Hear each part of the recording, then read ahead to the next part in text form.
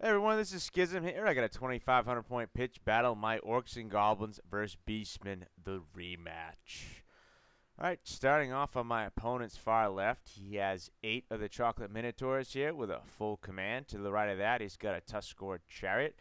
To the right of that, he has 40 Bestigor, and in there, dead center almost, he has his BSB with the armor of silvered steel, a great weapon, heavy armor, and a luck stone.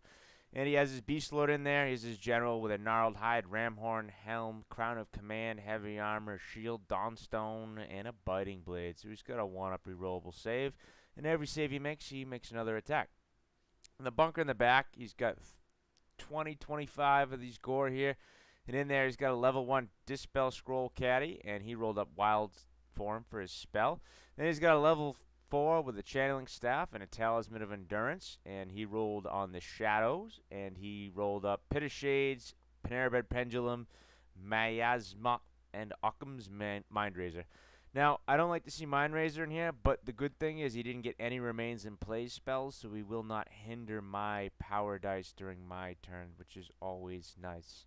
So, could have been worse. I'll just have to deal with Mindrazor in certain situations and hope I get a stop at that critical point. Now, right there, you'll see this rock formation here. It becomes a very pivotal part of the game. So keep that in mind. It kind of splits the board up a little bit since we played it as impassable. Now, right here, he's got a horde of 30 gore with a full command. To the right of that, he's got a Tuskor Chariot. He's got a spawn of Satan, or whatever you want to call him there. Chaos spawn. To the right of that, he's got 10 Ungor skirmishers here, the Raiders, and then on his far right, rounding out his forces, he has 5 of these Harpies, yeah. Now, starting on my far left, this is after my vanguards. You can see I got 5 wolves in the woods there. They moved up. I have 40 black orcs with a full command behind the woods here. To the right of that, I have a Mangler Squig. Behind that, I have Dose Doom Divers. To the right of that, I have 6 Trolls. In the middle of my lines here, I have 45 Orc Biggins. And in this unit, I have my Orc Chieftain BSB. He's got a great weapon, armor, silver steel, and a luck stone. To the right next to him, in the center, I have my Black Orc Warboss, and he's got a Talisman of Preservation, Enchanted Shield, Shoulder Striking, and a Crown of Command. In front of that unit, I have a Mangler Squig, and behind that unit, I have 20 Night Goblins as a bunker. And in there, I have a level 2 with a Dispel Scroll. And for spells, he rolled up Night Shroud. Ugh, an Itchy Nuisance. Now, I don't know what the purpose of Night Shroud is because it goes off on a 9. And it gives him soft cover. And anyone who wants to charge him it has to take a dangerous terrain test. Now, the fact it costs 9 to get off is steep enough. But the fact that it only targets his unit, and so soft cover is not worth the 9 plus the cast, and if he's getting charged, odds are the dangerous terrain, this is a chariot, it's probably not going to die, and even though odds are it won't die, I have no idea what this spell's purpose is. It's just complete and total waste. But it was either that or I take armor piercing, the lore attribute, not the lore attribute, the signature spell. But this unit here does already have the armor piercing banner, so, and he's got no armor except for his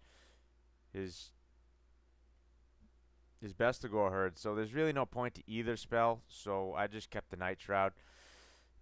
And Itchy Nuisance is awesome. Minus D6 to the initiative, and the movement is pretty handy, especially if you want to stifle an enemy's movement. So I was happy about Itchy Nuisance. I was pretty pissed about Night Shroud. But this banner here of the 45 Orcs does have the armor piercing banner, the Razor standard there. I don't have it noted on here, but they do have it.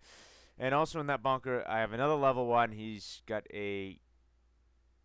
just got Gork'll Fix It, which is another pretty handy spell. A 24-inch range hex makes the opponent reroll 6s to hit wounds and armor saves, which is pretty pivotal, especially if you're going up something that has killing blow or poison. It can really stifle their progress. So I was happy about Gork'll Fix It and Itchy Nuisance. Night Shroud is just so I pretty much have 2 spells because Night Shroud is completely useless in every aspect. I can't really see a single situation where that spell is worth anything. So to the right of that unit, I have making another appearance. I have the Ragnarok Spider. I'm going to give it another go here. Toughness 6, 8 wounds, 8 attacks with the Goblins, and a Thunderstomp. Odds are it should do something. That's a lot of attacks, and the Poison Surge is pretty nice if you can get it off. Now you can see here, usually I put my Ragnarok on the far flank, but every time I do that, I get stuck on something. I lose one combat, and I'm stubborn on a 6. I always fail, and the Ragnarok runs off the board. So I'm trying something different with this game, and I'm actually putting it in the middle of my forces. As you can see, my BSB and my Black Orc War Boss are in the center here, and they're giving out their leadership to both the Trolls who need it and to the Ragnarok, so he'll be stubborn on a 9. So, or an 8, excuse me. So he'll be stubborn on an 8, and my Trolls will be able to use my Generous leadership if need be. Well, especially for stupidity. But I have to make a conscientious effort to keep my lines kind of smushed together here to make sure that leadership gets, distributed out to the units that need it. So it's kind of risky. I really can't get pulled out to any kind of long charges or something that'll take me out of range of my BSB, because I really fear losing my spider just to combat res and him breaking. All it takes is a few bad attack rolls and a flub thunderstomp, and I'm on a stubborn 6, which is not reliable. In running out my forces here on the far right, you can see those 5 wolves that have vanguarded up. So Beastmen, and there's the Vanguard. You can see the Vanguard move here. And Beastmen get turn 1, and he takes his Hershey Kiss Minotaurs and moves up towards the woods here. I have my wolves there to redirect if need be. And he moved up with the rest of his forces, as you can see.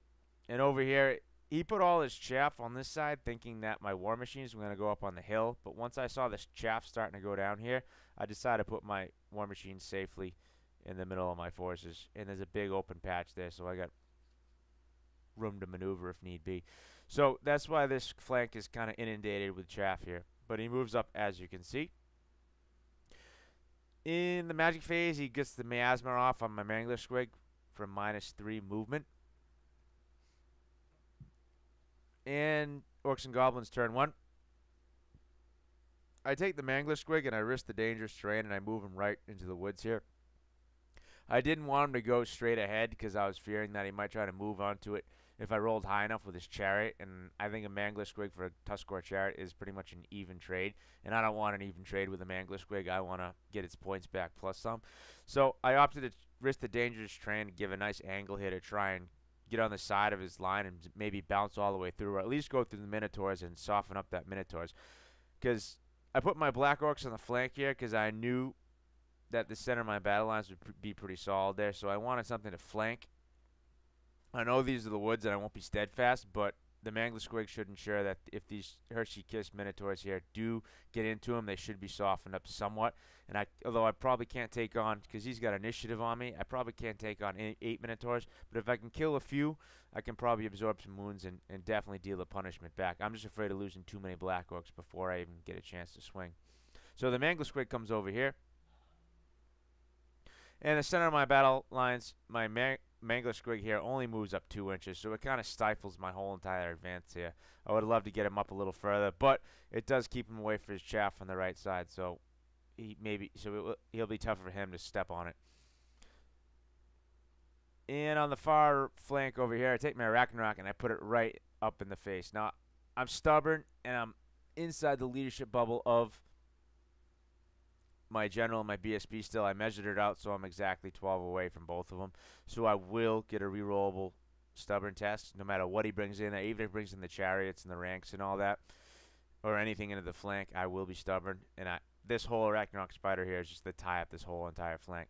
And seeing this and knowing my wolves really can't take out a spawn, or they'd be stuck there all day, and the young Gors would just pelt them with arrows, I reform and put them behind my spider to try and redirect in the center here. And in the magic phase, I manage to sneak off Itchy Nuisance, and I get it on the Bestigor herd here, and I get -1 movement, so better than nothing, but not too great. And the Doom Divers, one of them does nothing, and the other one misfires. So, no effectiveness in the shooting. Turn 2, he moves up hesitantly with his Minotaurs here, kind of trying to see where the Mangler Squig goes, because he doesn't want it going right through him, so he leaves enough space so he can kind of gauge where it's going. And the Tuskor chariot moves up here. The Harpies fly over in the center here. They are aiming to jump on top of the Mangler Squig. 5 Harpies for Mangler Squig. It's a good trade-off for him, as long as he just doesn't want to go through his Bestigor herd, which is exactly what I wanted to do. So the Harpies come up here to sell their souls to the Mangler Squig. He takes his chariot, he moves over, he passes a dangerous train, he gets to the flank of my Ragnarok Spider. He's trying to set up a charge.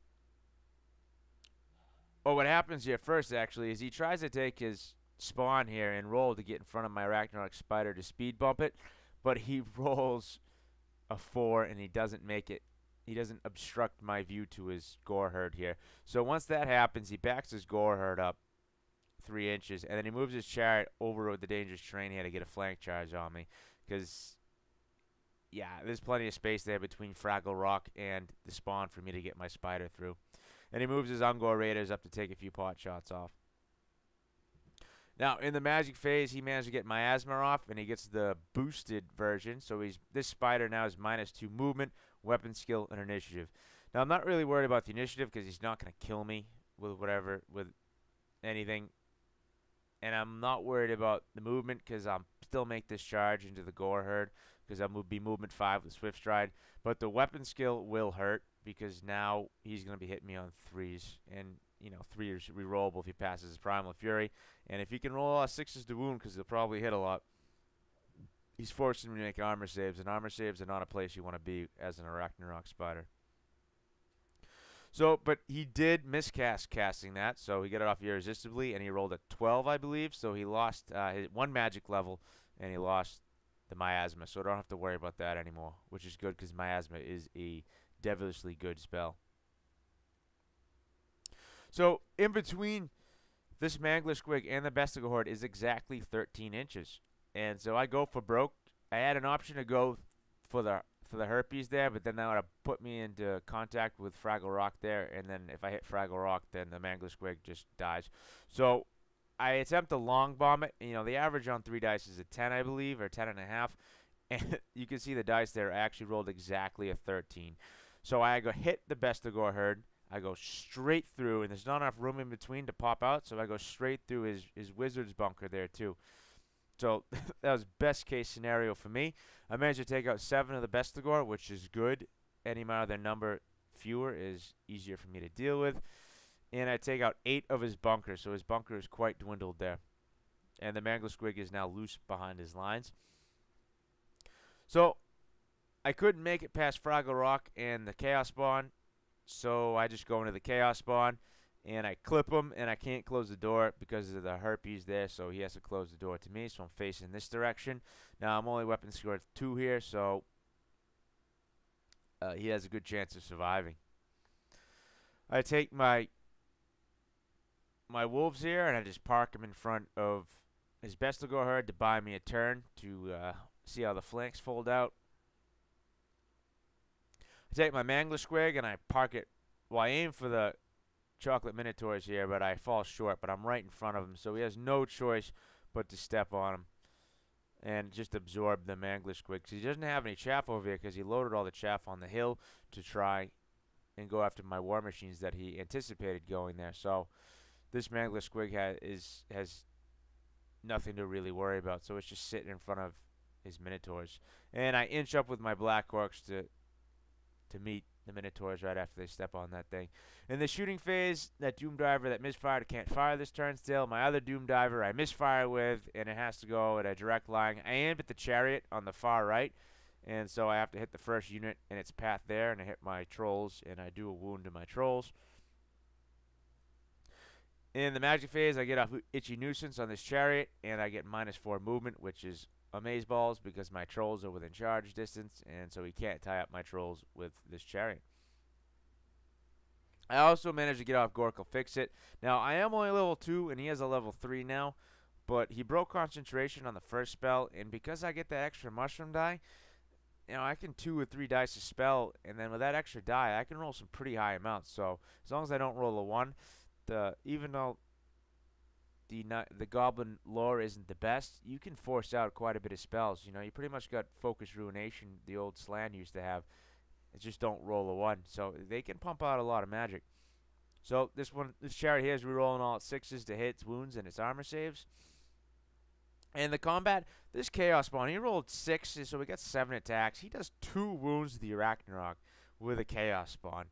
So now my Arachnarok's already down 2 wounds, but I do manage to defeat the Chaos Spawn, and quite handily, I might add. even with the debuff on. And I just reformed to face his Gore Herd, which has nowhere to go now. So turn 3, he does a bold maneuver here, and he charges his Gore Herd into the front of my Ragnarok Spider, and he takes his chariot into the flank. So he's starting with a monstrous amount of combat res. You know, he's got a charge, 3 ranks of banner, he's got a flank, and whatever wounds he does. So I have and I still have this. Well, the debuff's still on, but I have a tall order and to make up this combat res here. And he takes his Bestigor herd here, and he charges my wolves, much expected. And he takes his Herpes here, and he steps on top of the Mangler-Squig. So I do 3d6 strength 6 hits to this unit, and I roll a 4. So I can't even kill all the Herpes here, which is so sad. And he passes his panic test to boot, so there's one lone Herpes standing there. Now here we go. He steps on with his Chocolatours here, and I do 10 wounds to the Minotaur. So that's 3 dead Minotaurs just from the Mangler-Squig alone. And he really didn't have a choice here at this point, but that was devastating to that unit. So a third of the unit's now dead, and it's much more manageable. I'm not really worried to get my Black Orcs in there now. Even if I do charge him in the front, I'm pretty sure I'll handily be able to take him out. Even though still in the front he'll inflict a massive toll on the Black Orcs, but it's nothing to what it would have been. So he tries to get Mind Razor off. He throws 6 dice on Mind Razor on this Gore Herd, and I know that if this spell goes off, it's curtains for the Ragnarok, but he doesn't roll double 6s, so I just don't even bother. I just whip out the Dispel Scroll. I gotta save this flank and the Ragnarok Spider. You know, had he rolled double 6s, that would have been curtains for the Spider, for sure. So as combat goes on, he does 2 wounds to the Spider, so the Spider has 4 wounds on it now. And I manage to do 7 wounds to the Gore, and I do nothing to the Chariot. And I lose this combat, but my General and my BSB are in range, so instead of being stubborn on a 6, now I'm stubborn on a rerollable 8, so that's good. And I stick. The Bestigor mop up the 5 wolves there, and just reform to face my Orcs for a massive show off in the middle. My turn 3, I take my Trolls and I charge the Chariot. Initially, he elects to flee because the Trolls will probably handily wipe that up. And I redirect into his Bestigor herd, and I make it. And then I charge with my Black Orc herd here. My Orc Big Un with a Razor Standard into his Bestigor, and they make it as well. So I got a dual charge in the center here, so it's going to be a coin toss. I really got to lay the herd on before he gets to strike with his great weapons, or I might be in some trouble. However, we both have the Stubborn Crown, so we'll both be stubborn here. It just depends on what we can do to each other's characters. Somebody's got to lose the Stubborn Crown. And I take my wolves here, and I put them in front of the Chocolatours here to redirect them. And hopefully once they kill them, they'll have to take their frenzy test and hopefully overrun. My Doom Diver here unloads on the Chariot and kills it outright. So the Tuskor Chariot is gone. And then my other one opens up on the Gore Herd here, and I take out 2. I probably should have went after the Harpy to pick up those points, but I forgot about it at this point. So 2 more of the Gore die here. In the combat here, my Goblins do 8 wounds to the Gore. I couldn't believe it. Excuse me, my Goblins did 4 wounds to them, but in totality, I did 3 with my Spider attacks, 4 with the Goblins, and then 3 from a Thunderstomp. So 10 of the Gore die. That's a massive hit to him, although he's still steadfast. And he does manage to do another wound to my Ragnarok, so that's 5 wounds down. I only have 3 left. In the combat in the center, he issues a challenge with his Beast Lord, and I take it with my Orc Champion, and he does 3 wounds to my Orc Champion, so he gets 3 for the combat here. I tee off on him. I do 14 wounds to his Bestigor, so that's quite a massive toll. My Trolls did nothing. They failed. I only have 2 Trolls in there plus 1 Stomp, and all 7 of those hits there just completely whiffed. But he opens up back at me, and he does 11 wounds to my Orcs. Now, what really helped me here is I started with 5 more Orcs than he did Bestigor, and that Mangler Squig taking out 7 puts the numbers advantage way in my favor, which is what this combat's going to boil down to here. So he kills the champ plus 11. I kill 14 of him. I end up winning this combat, but he's stubborn and he sticks. And Beastman turn 4. He takes his Chocolators and he goes into my Wolf Riders here. In the magic phase, he gets off wild form on his Vestigor, which is not good for me because I don't have choppers anymore. So I'm only strength 4 armor piercing, and he's going to be toughness 5. So whatever I hit with, I'm going to need to wound on 5s, which is always an uphill battle. And then to make matters worse, he gets miasma off, so now -2 weapon skills. So the majority of my unit is weapon skill 2. Thank God they're not regular orcs, so they'd be weapon skill 1, and I wouldn't be able to hit the broadside of a barn. But I'm weapon skill 2, so now I'm needing 4s to hit and 5s to wound, which is no bueno. He's going to need 3s to hit and 2s to wound, and I'll get a 6-up parry. So this combat is much in his favor, but he doesn't have too many Vestigor here, so I'm going to have to try and take out as many as I can before he swings to really stop the hurt on me. See, the Ragnarok unloads again on the Gore here, just racking up some combat revs. I managed to do 8 wounds to the Gore, but he's still got 5 left, so we still got a rank, so he's still stubborn here. Or steadfast, I should say. But he does another wound to the Ragnarok, so the Ragnarok has 6 wounds on it now, 2 remaining. The chariot does break, and it flees through the building, and he passes his dangerous terrain test. In the combat in the middle, the Beast Lord issues a challenge, and my Orc BSB takes this one on. Now, I would have accepted the Stubborn Crown, but he's got the Biting Blade, and that's minus. I'd really get no armor save. I'd get a 6-up armor save, my 4+ ward. He's got Primal Fury. He's got Wild Form, so he's strength 6. He's going to hit me easily wound, and I don't want to have to rely on that 4+ ward. So I take it with my BSB, fully knowing the BSB is most likely going to die. He just has armor and silver steel. But I can afford to lose a reroll. I can't afford to lose leadership 8. The trolls rely on it too much, and I need to give that leadership 8 to the Ragnarok just in case I lose. And more importantly, in case I lose this combat, I need stubborn. You know, I'd rather take a stubborn 8 than a rerollable minus whatever I lose the combat by. So he's got wild form up. I have -2 weapon skill. I go first, and I consider myself quite fortunate to kill 8 Vestigor. That's 8 less attacks and probably close to 6 or 7 dead less orcs. And he hauls off on me, and he kills 8 of me. Now, the funny thing in this challenge in the center, he does a wound to my BSB, but I managed to, he's got 4 attacks or whatever, and he hits with 3 of them, but I managed to make 2 of my 5-up saves, or 6-up saves, which is amazing. But my attacks back, my 3 attacks back, I put 2 wounds on the Beast Lord, which is pretty impressive. So the Beast Lord's only got 1 wound left, so I'm pretty close to breaking his stubborn. And the way this combat went is I just barely eked this one out because we both have our BSBs in this unit. So yeah, a very close fight here. And over here is Chocolatore's Destroy, and he fails his Frenzy check, and he overruns D6, and there he is, and I get his nice, lovely flank. So, my turn 4, I take my Black Orc Horde, and I go into the flank of his Chocolators here. I take my Doom Divers, I try and pick up some points, and I manage to kill 7 of these Ungors with the 2 of them combined. And my Ragnarok takes another wound, so he has 7 wounds on him. I am definitely afraid the Ungor Raiders will pluck this thing to death. I can just see it already. So he reforms right next to Fraggle Rock there to face his bunker. Since he is that wall crawling, all kinds of crazy stuff, I should be able to charge right over it. Or at least be able to charge in the flank of his Vestigor herd here in case it sticks.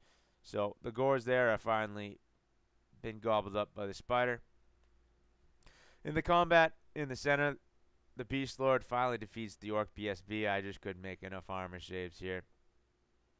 Now I still have these spells on me, so I managed to take out 6 of his number, which I consider to be quite fortunate once again, before he even strikes. So now he has no combat really left with his. He's got no punch left with these Vestigors. There's just too few of them. I think there's 2 left at this point, 2 or 3. So he managed to do 5 wounds with the remainder of his BSB there and his Bestigor.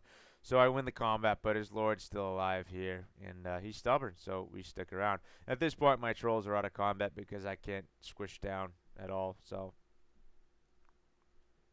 the combat here, I do 8. He does 3 wounds to me, which is pretty bad. Yeah, I go additional hand weapon here, and I manage to take out 8 wounds worth of Minotaurs. So he's only got 3 left, and he breaks, and I run him down. And at this point, my opponent calls the game because all he has left is Bestigor hurt, and I have him grossly outnumbered. And we actually rolled the next turn to see if the Ragnarok would go down to the Bowman Fire of the Ungor Raiders, and they actually, one of them did hit and wound, but I passed my armor save. So that Mangler Squig was one Ungor shot away from death, as sad as that is.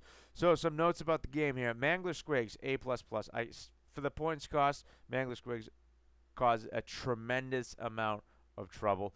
And if they don't have direct damage or they don't have some sort of, I thought I was going to get a Pit of Shades, but he put his bunker behind his horde there, so I didn't have to worry about a Panera Bread Pendulum or a Pit of Shades on my Manglers, because he had to try and get some sort of line of sight in order to get those spells off. So his Ungor Raiders weren't going to do the trick, especially since I was, they call him as being in soft cover pretty much because they're all rowdy and, partying like an animal. So, yeah, he didn't really have any way to deal with the Mangler Squigs. His best option was to park something on it. I personally would have parked the Chariot on it. I would have taken the Chariot, probably dying, as opposed to going into the Minotaurs. Minotaurs are a fierce combat block, and you really need to get them to get into combat unscathed. So, especially since they had initiative up on my Black Orcs, which they were facing up against, so they could have potentially severely debilitated that unit before it went. But him, putting all his chaff on that one side, anticipating, so, there's a hill, so that's where the War Machine's going to go. Really, instead of having his chaff sprinkled out, having his Ungor Raiders absorb a Mangler Squig or, his Herpes, absorbing that first Mangler before it went to his Bestigor, that would have been critical to his game plan here. So Mangler Squigs, once again, proving to be, an A++ unit in the Orcs and Goblins book. I'm seriously debating on getting a third one in my army, just because even if they do have shooting, all their shooting is going against the Manglers, which means the rest of the army is going unscathed. They're definitely a wild card and something that is great about the Orc and Goblin army. I know not a lot of people use them, but I can't see going in the battle without them because they're such a troubleshooter. And if there's something you can't deal with, Mangler Squigs, there's nothing in the Warhammer world that 3d6 strength 6 hits will not solve.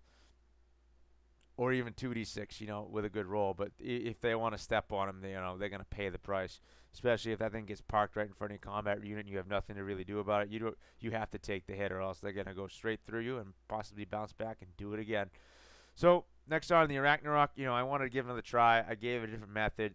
Giving it that stubborn was huge. I think if you got to run an Arachnarok, it needs to be babysat by some sort of leadership bubble. Just because, the Arachnaroks are best against infantry because there's the huge amount of wounds. There's strength 5, which is great for killing infantry. They really can't go up against a monster because strength 5, they'll need 5s to wound most things. You really don't want to rely on that poison surge thing. So Arachnaroks with their 8 attacks and their 8 goblin attacks plus a thunderstomp, they are an infantry mulcher. As long as they don't have great weapons. Because a 4-up save is not too great. But, if you can get them in a block like I did, they can usually shine. But they just take wounds too easily. Granted, they have 8 wounds, but, and they'll just lose combat if you have one bad round. So that's why I felt the need to babysit them in the general. So it did perform. It didn't run away. It fought to the bitter end. It was standing on one leg by the end of the battle. So I'll give it a D- this game, but it's no F. They didn't fail. It took out a bunker, a huge unit of gore there. And, it tied up the Chariot that broke, and it really tied up that whole flank. It took out the spawn. So it earned its points back this game, but barely, and it was only hanging on by literally a cobweb. So, yeah, I wasn't impressed with the Ragnarok, but, at least it didn't fail me this game. On to the next one, the Bestigor Contain. That's what you have to do with Bestigors. I mean, man, is that a fearsome unit, and I had a good answer to it, the armor piercing banner, so whatever wounds I did is a straight kill, even at strength 4. But that's a unit you have to keep in check, because if you don't concentrate on that unit will run amok. It is just meant for devastation. So that Bestigor unit, once I see that go down, I try it. It's immediately, once that unit hits the board, it's how do you deal with that unit. And my answer was the Manglisquig this game, and then following up with my main combat unit, which leads to the next. My next note here is the dark chocolate trade-off. The Black Orcs and the Chocolators facing off against each other.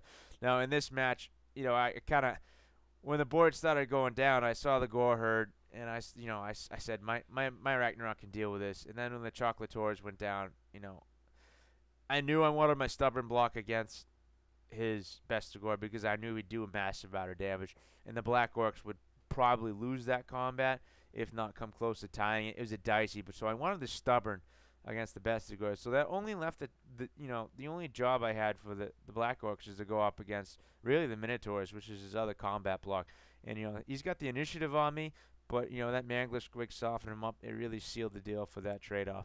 Even though my Black Orcs were on a flank, they really didn't have much to do this game. It's a fifth of the army essentially that I really didn't play with, but it negated his Minotaur unit, which is the same amount of points, if not more. 550 points, 50 plus points apiece. Those Minotaurs are a heavy price, so I will consider that a successful trade-off.